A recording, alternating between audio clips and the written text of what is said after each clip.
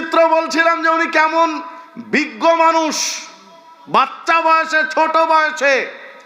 ওই আব্দুল্লাহ ইবনে ওমর যখন ছেলে সুন্নাতের উল্টো কথা বলেছেন, এই রাগে কথা বলেননি।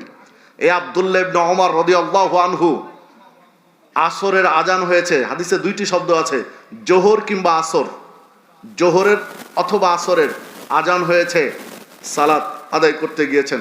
দৃষ্টিশক্তি তখন কমে গেছে, দৃষ্টিশক্তি কাজ করে না, একজন সাথে নিয়ে গিয়েছেন। সাথে নিয়ে গিয়ে মসজিদে যখন প্রবেশ করেছেন তখন তাসবিব করছেন মুয়াজ্জিন। তাসবিব মানে মুয়াজ্জিন বারান্দায় দাঁড়িয়ে উচ্চ স্বরে চিৎকার করে বলছেন যে আসেন, সালাতের সময় হয়ে গেছে, এখনই সালাত শুরু হবে, দ্রুত আসেন। এটা বলে তাসবিব। আজান মসজিদে হয়ে যাওয়ার পরে মসজিদ থেকে আবার সালাতের জন্য ডাকাডাকি করা যাবে না, এটা ইসলামী শরীয়ত নয়। মসজিদ থেকে ডাকার সুযোগ নেই, আজান হয়েছে এটাই ডাকা, এটা আল্লাহ রাসূল সাল্লাল্লাহু আলাইহি ওয়াসাল্লাম নিষেধ করেছেন। যখন তার সামনে তাসবিব করা হলো, বারান্দা থেকে ডাকা হলো, তখন এবার আব্দুল্লাহ ইবনে ওমর বলছেন, আখরিজু,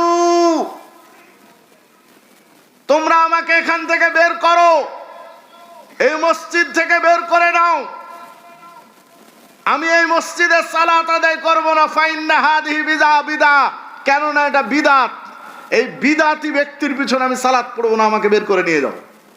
সালাত পড়েন, রাগ করে বেরিয়ে চলে গেছেন। ইনি হলেন আব্দুল্লাহ ইবনে ওমর রাদিয়াল্লাহু আনহু। মানে সুন্নাহকে তারা কিভাবে মেরেছেন আপনি দেখেন।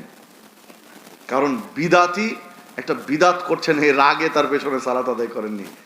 আপনার আমার সামনে বিদাত করে, বিদাত করছে, হচ্ছে, আপনার আমার একটু খারাপ লাগে না, কিচ্ছু মনে হয় না। তাহলে সুন্নাতের মর্যাদা আমরা কতটুকু দিতে পেরেছি? আপনি বলবেন সামাজিকতা, বৃহত্তর স্বার্থে মেনে নিলাম। তাহলে সামাজিকতা, বৃহত্তর স্বার্থ, দূরদর্শিতা আপনি কম মনে করেন আব্দুল্লাহ ইবনে ওমরকে? তার দূরদর্শিতা আপনি আটকে উঠবেন, এক একটা ঘটনা তার সম্পর্কে যেভাবে বর্ণিত হয়েছে।